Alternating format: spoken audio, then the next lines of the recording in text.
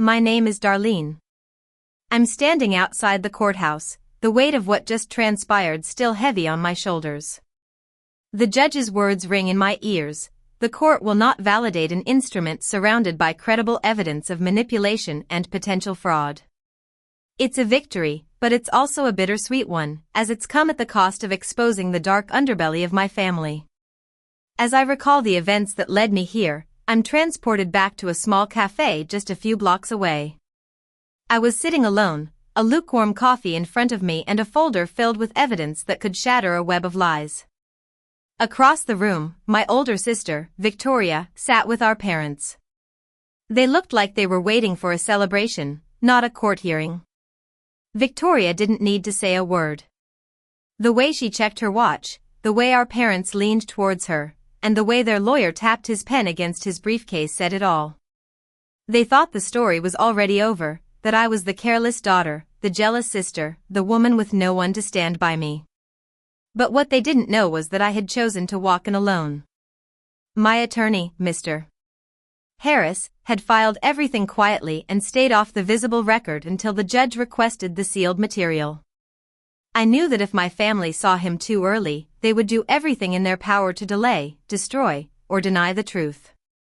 Alone, I may have looked weak, but that was the trap. As I watched them, memories flooded back like a film projected over the cafe glass. I remembered being 19, standing in our grandparents' kitchen with a notebook full of medication schedules I had made for Grandpa after his heart attack. Victoria had arrived late, kissed Grandma on the cheek, and said, "I told Darlene how to organize all that." Grandma had smiled at her with tired gratitude, and I had said nothing, still believing that silence would keep the peace. Then, at 24, I was working a double shift while Victoria told Mom and Dad that I had skipped a family meeting because I couldn't handle responsibility. I later found out that the meeting was about our grandparents' first estate plan, which named both of us equally. Victoria had taken my absence and used it as evidence against me. By the time I reached the courthouse steps, the morning air had a sharp bite to it. My fingers were cold, but it wasn't from fear. Inside my shoulder bag were copies of emails, bank transfers, a handwriting report, and a flash drive that Mr. Harris called the fuse. There was also a letter in Grandma's handwriting, folded inside a plastic sleeve. The words she wrote had burned into my memory. Darlene carried this family when everyone else wanted credit for standing near the burden. Victoria didn't know I had that letter. Mom and Dad didn't know I had recordings. Their lawyer didn't know that the final will Victoria was defending had a signature copied from an old insurance form and a notary stamp linked to an office closed on the date listed. That's why I could walk in alone. It wasn't because I had no help, it was because the truth had already entered the building before me. When I passed through the metal detector and it beeped, the guard asked me to step back. I removed my belt, my watch, and the small silver locket Grandma had given me the year before she died. For a brief moment, as the locket sat in the plastic tray, I was transported back to that day. Grandma's hand closing over mine, her nails pale, her voice thin but certain, "Don't let Victoria turn kindness into weakness, sweetheart." Back then, I had laughed softly and told her Victoria was family. Grandma had looked away, as if she knew something I didn't. In the hallway outside courtroom 3C, I saw Victoria again. She was wearing a soft pink dress, the kind of color people choose when they want to look innocent. Mom sat beside her, twisting a gold bracelet.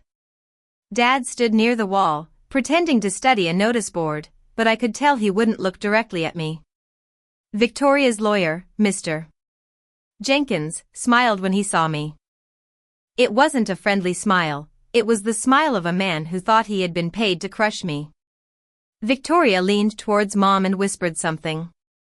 I couldn't catch every word, but I heard enough. "She'll break down before lunch." Mom lowered her eyes, and Dad coughed into his fist. No one defended me. That silence was more than an insult, it was a reminder of why I had stopped hoping for rescue. When the bailiff opened the courtroom door, Victoria rose first, as if she were the star of the show. Mr. Jenkins carried one slim folder, while I carried a banker's box in my shoulder bag. He looked at the box, then at me, and with a flicker of his expression, he asked, preparing a scrapbook, Ms. Thompson? I looked at him and replied, something like that.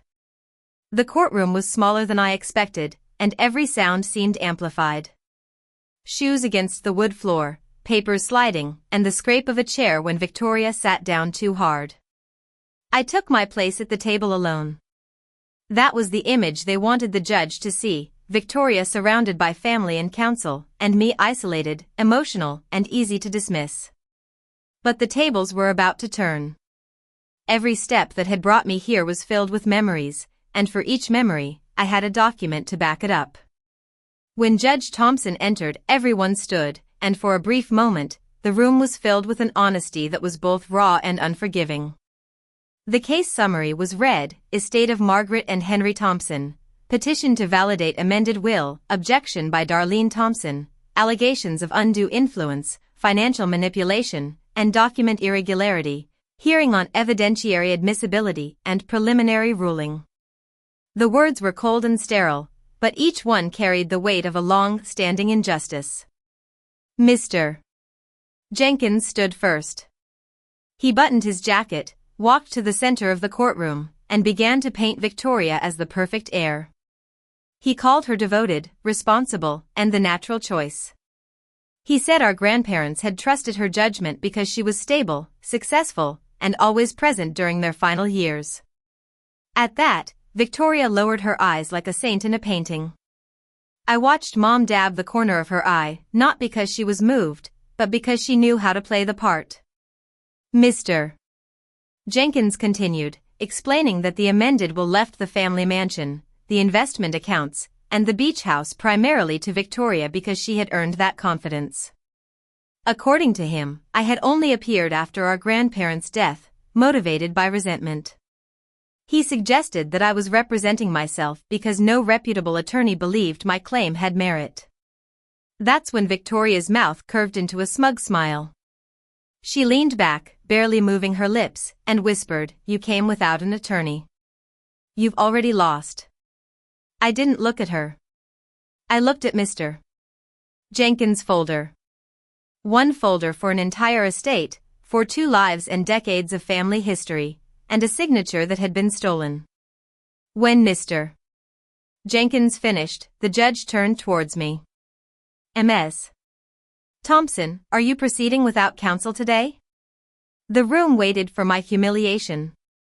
I stood up. Your Honor, I am appearing personally for opening remarks. My counsel of record has filed under seal and is available at the court's request. I chose not to have him speak first because the facts in this case begin with my lived knowledge and the documents will. Mr. Jenkins' smile tightened, and Victoria's head snapped towards me. Judge Thompson looked down at his docket, then back at me. Proceed carefully, he said. I nodded. I intend to. I didn't start with a speech about being ignored. I started with a date, May 20th, 4 years before Grandma died. That was the day Victoria sent an email to our grandparents, claiming I had mishandled money from their household account. She attached a spreadsheet and said she had corrected my mistakes.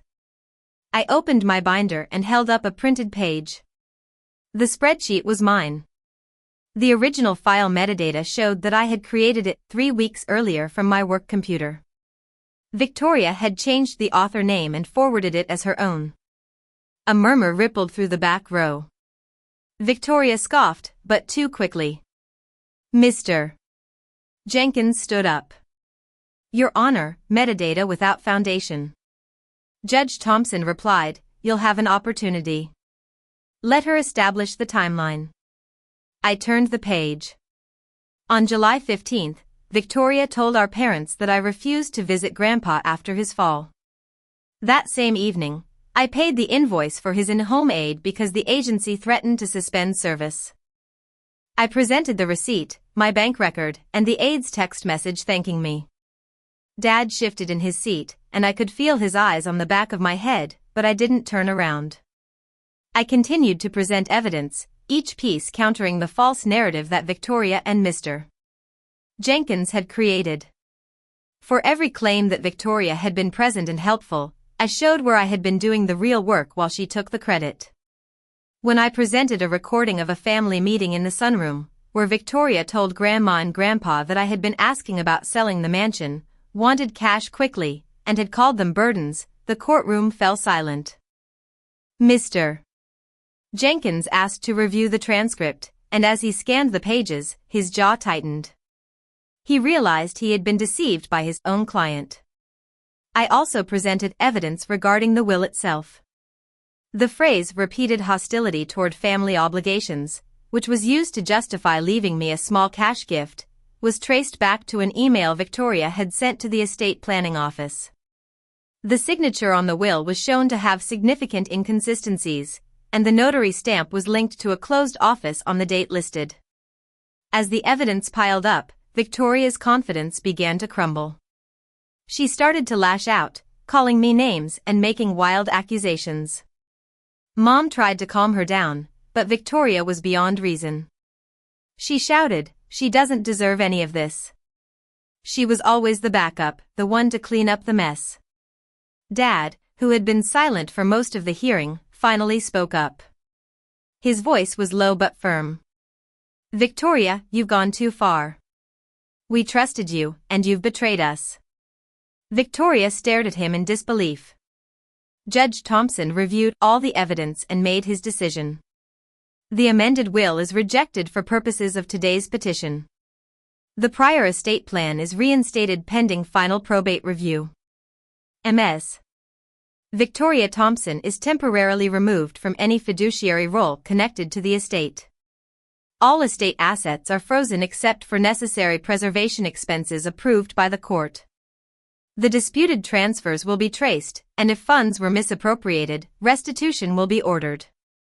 Victoria's face went pale. She whispered, "No," but it was too late. The truth had finally come out, and justice had been served. Outside the courtroom, Mom tried to talk to me. "Darlene, I didn't know it was that bad." I looked at her and saw years of willful ignorance. "You didn't want to know," I said. She started to cry, but I didn't move to comfort her. Dad came up to me and said, "I'm sorry. I should have listened." I simply replied, "Yes, you should have." As I walked down the courthouse steps, the afternoon sun hit the silver locket at my throat. It wasn't just a memory of Grandma anymore, it was a symbol of the strength and truth that had finally triumphed over deception. I knew the fight wasn't completely over, but for now, I had reclaimed my voice and my place in the family's history.